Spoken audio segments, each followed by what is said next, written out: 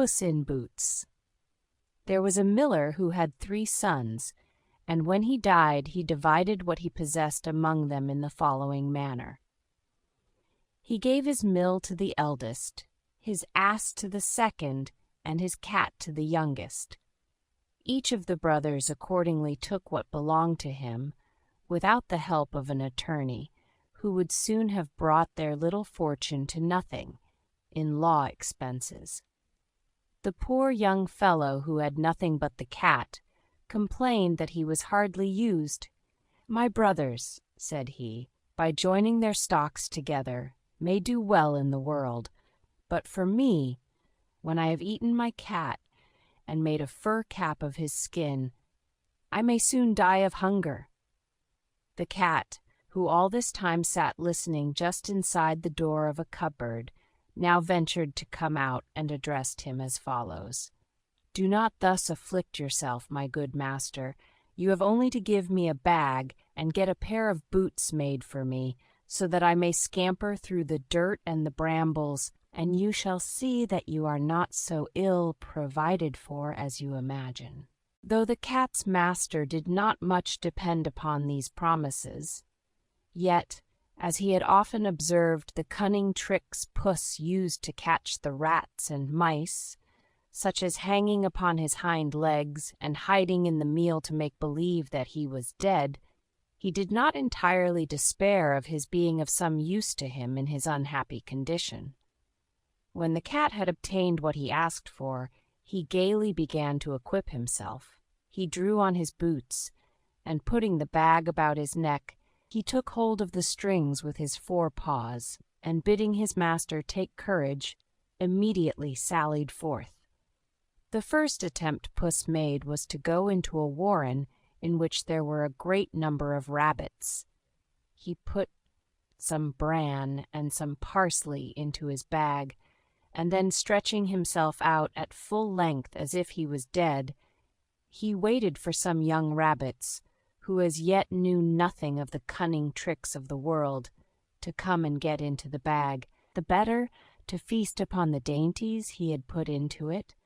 Scarcely had he lain down before he succeeded as well as could be wished. A giddy young rabbit crept into the bag, and the cat immediately drew the strings and killed him without mercy. Puss, proud of his prey, hastened directly to the palace, where he asked to speak to the king.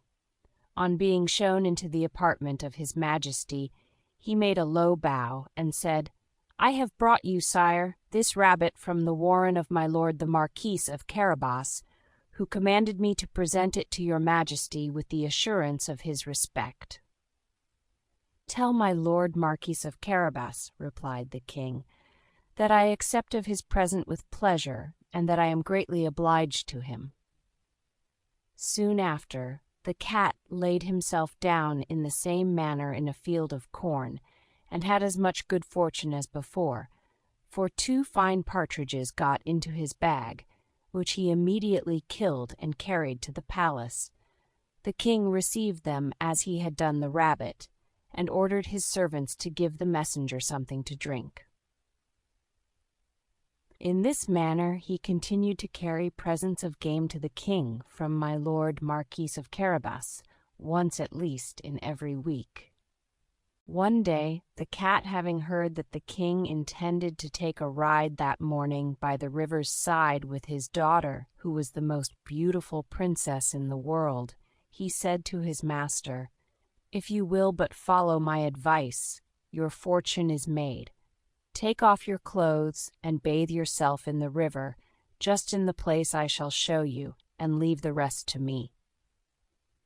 The Marquis of Carabas did exactly as he was desired, without being able to guess at what the cat intended. While he was bathing, the king passed by, and Puss directly called out as loud as he could bawl, "Help, help, my lord Marquis of Carabas is in danger of being drowned." The king, hearing the cries, put his head out at the window of his carriage to see what was the matter.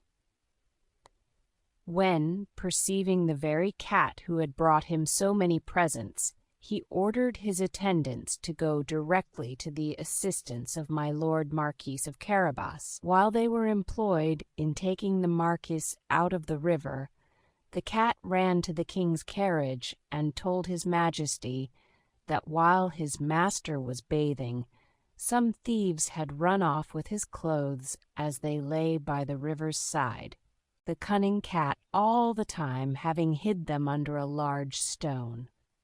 The king, hearing this, commanded the officers of his wardrobe to fetch one of the handsomest suits it contained, and present it to my Lord Marquis of Carabas, at the same time loading him with 1,000 attentions. As the fine clothes they brought him made him look like a gentleman, and set off his person, which was very comely, to the greatest advantage, the king's daughter was mightily taken with his appearance, and the Marquis of Carabas had no sooner cast upon her 2 or 3 respectful glances than she became violently in love with him. The king insisted on his getting into the carriage and taking a ride with them.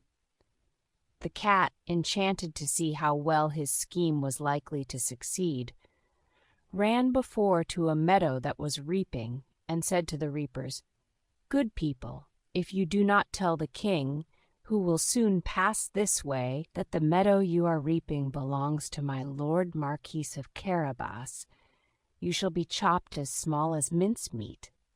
The king did not fail to ask the reapers to whom the meadow belonged. "To my Lord Marquis of Carabas," said they all at once, for the threats of the cat had terribly freighted them. "You have here a very fine piece of land, my Lord Marquis," said the king. "Truly, sire," replied he, "it does not fail to bring me every year a plentiful harvest." The cat, who still went on before, now came to a field where some other laborers were making sheaves of the corn they had reaped, to whom he said as before, "Good people, if you do not tell the king, who will presently pass this way, that the corn you have reaped in this field belongs to my Lord Marquis of Carabas, you shall be chopped as small as mincemeat." The king accordingly passed a moment after, and inquired to whom the corn he saw belonged. "To my Lord Marquis of Carabas," answered they very glibly. Upon which the king again complimented the Marquis upon his noble possessions. The cat still continued to go before, and gave the same charge to all the people he met with, so that the king was greatly astonished at the splendid fortune of my Lord Marquis of Carabas. Puss at length arrived at a stately castle, which belonged to an ogre, the richest ever known, for all the lands the king had passed through and admired were his. The cat took care to learn every particular about the ogre, and what he could do, and then asked to speak with him, saying, as he entered the room in which he was, that he could not pass so near his castle without doing himself the honor to inquire after his health. The ogre received him as civilly as an ogre could do, and desired him to be seated. "I have been informed," said the cat, "that you have the gift of changing yourself to all sorts of animals, into a lion or an elephant, for example." "It is very true," replied the ogre somewhat sternly, "and to convince you I will directly take the form of a lion." The cat was so much terrified at finding himself so near to a lion that he sprang from him and climbed to the roof of the house, but not without much difficulty, as his boots were not very fit to walk upon the tiles. Some minutes after, the cat, perceiving that the ogre had quitted the form of a lion, ventured to come down from the tiles and owned that he had been a good deal frightened. "I have been further informed," continued the cat, "but I know not how to believe it, that you have the power of taking the form of the smallest animals also. For example, of changing yourself to a rat or a mouse. I confess I should think this impossible." "Impossible you shall see, and at the same instant he changed himself into a mouse and began to frisk about the room. The cat no sooner cast his eyes upon the ogre in this form than he sprang upon him and devoured him in an instant. In the meantime the king, admiring as he came near it the magnificent castle of the ogre, ordered his attendants to drive up to the gates, as he wished to take a nearer view of it. The cat, hearing the noise of the carriage on the drawbridge, immediately came out, saying, "Your Majesty is welcome to the castle of my Lord Marquis of Carabas." "And is this splendid castle yours also, my Lord Marquis of Carabas? I never saw anything more stately than the building, or more beautiful than the park and pleasure grounds around it. No doubt the castle is no less magnificent within than without. Pray, my Lord Marquis, indulge me with a sight of it." The Marquis gave his hand to the young princess as she alighted, and followed the king, who went before.